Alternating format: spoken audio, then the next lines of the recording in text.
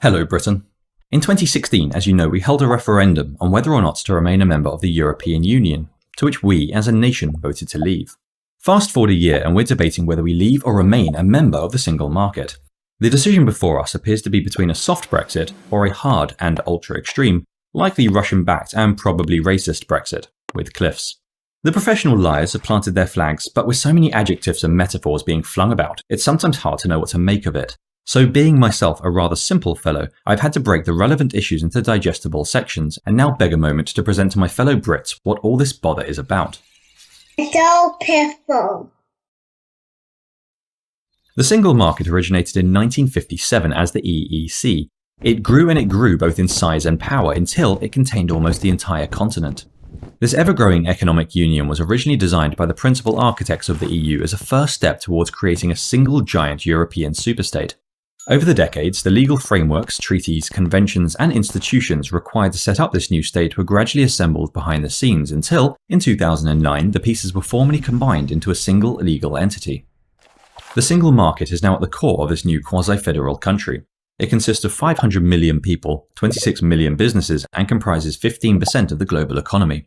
We, being a part of this new country, have free access to this huge market, which accounts for 45% of our trade. However, membership of this ambitious club isn't actually free. Let's look at the costs. 1. As a member of the EU, we gave up control of our fishing grounds, which are now governed by the EU's Common Fisheries Policy. This is possibly the worst policy that Brussels has ever come up with. Boats are given strict quotas on what they're allowed to catch, and so when they inevitably catch the wrong fish, they have to throw them back dead. Billions of good fish are tossed back into the sea dead each year due to these quotas, which have made our oceans some of the most overfished in the world. Taking back control of our waters, we can replace quotas with flexible days at sea as required to protect our valuable stocks and crucial marine environment. 2. As a member of the EU, we gave up control of our immigration policy, which is now in part governed by the EU's free movement of people. This is possibly the worst policy that Brussels has ever come up with. Every year, enough people migrate to Britain to create a new city the size of Nottingham, half of which come from the EU, despite it only containing 6% of the world's population. This is very unusual. Nowhere else in the world does trade impart citizenship. Free movement was only implemented here as the single market was designed to become a single country, but regardless of the reasons, this mass migration is simply unsustainable. Taking back control of immigration means we can do something better. We can set up the system to allow many tens of thousands of the world's most talented and law-abiding people to join us on our island each year. For example, if we need 7,000 nurses, we can welcome in 7,000 nurses. We can also lavishly issue temporary visas for any people who just want to study or work here for a while. We'll remain open to tourists, and of course we can provide refuge to asylum seekers, providing they actually are. An equal borders policy is one that works to treat the world's people equally based on their merits, rather than simply discriminate on the basis of where they're from. 3. As a member of the EU, we gave up control of our trade policy, which is now governed by the EU's Common External Tariff. This is possibly the worst policy that Brussels has ever come up with. The external tariff was designed to protect large and inefficient businesses in Europe from competition by raising the costs of goods imported from the rest of the world. As a result, everything is more expensive, our economy stagnates, and our global exports suffer. Taking back control of our trade policy, we can remove these economic barriers and join the global market, which is thriving outside of the EU. 4. As a member of the EU, we gave up ultimate control of our law and are now subservient to the European Union's dictates and the judgments of its court. This is possibly the worst idea that anybody has ever come up with.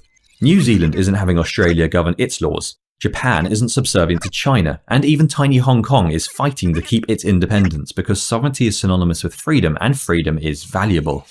Although we trade with America, for example, no one is suggesting that Mr. Trump need govern our laws, whereas according to the EU, our buying wine from a chap in France apparently requires we submit to the rule of a fellow in Brussels. Taking back control quite literally means just that.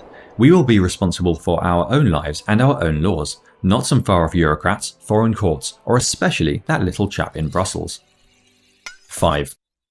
As a member of the EU, on top of our fisheries, immigration policy, trade policy, and sovereignty, we also pay a net fee of almost £10 billion each year for the privilege of trading with the single market.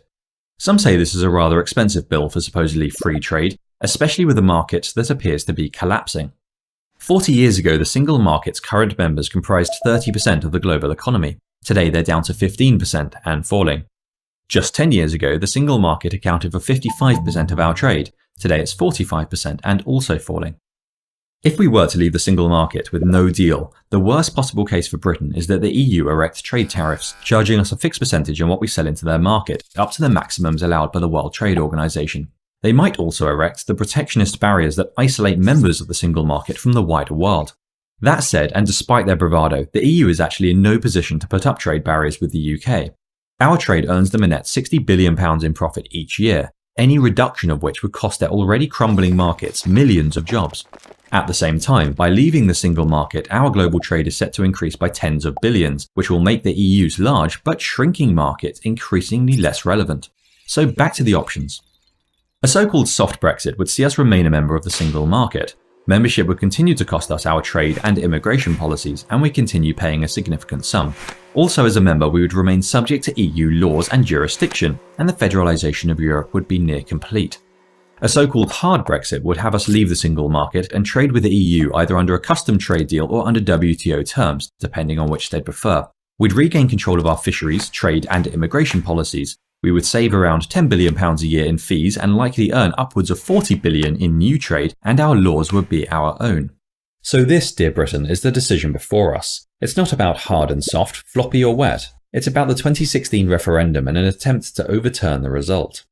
As an aside, I fully believe that our next Prime Minister, Chairman May, is an out-and-out liar who fully intends to backslide on Brexit. I hope I'm wrong, but I foresee, as with Cameron before her, there will be months of waffle about tough negotiations before she declares victory without any meaningful change to our relationship with the European Union. The establishment have almost 100 years of planning and implementation invested in creating the United States of Europe, and they're not going to give it up easily. The worst bit is, if she does backslide, once she has a large majority, we the people have absolutely no democratic way to stop her. It would be, as they say, a colossal stitch-up. Elections are about the future, not the past, so it's time for a reality check. It matters not a jot at this point who voted to remain last year, be it Scotland or number 4 Privet Drive. We voted as a nation, and as a nation we must act because that is how democracy works. Therefore, we must leave the European Union. Then perhaps we can tackle our ridiculous national debt, our entirely unrepresentative MPs, and the first-past-the-post system that allows such cretins to win office in the first place. But those are topics for a later date. Feel free to share or re-upload this video as you like, and please do let me know what you make of all this stuff, either at YouTube or via Twitter. Just search for Piffle TV. And if you'd like to support me making more videos like this one, consider donating $1 each month via the website patreon.com. Anyway, until next time, good luck everyone.